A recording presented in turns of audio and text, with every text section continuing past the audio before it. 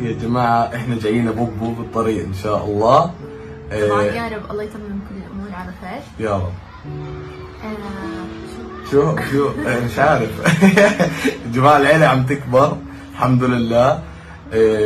نور حامل، وان شاء الله يا رب تتيسر الامور ويتمم على خير، ويجينا هيك بوبو لطيف جميل، اهم شيء يكون بصحة كاملة.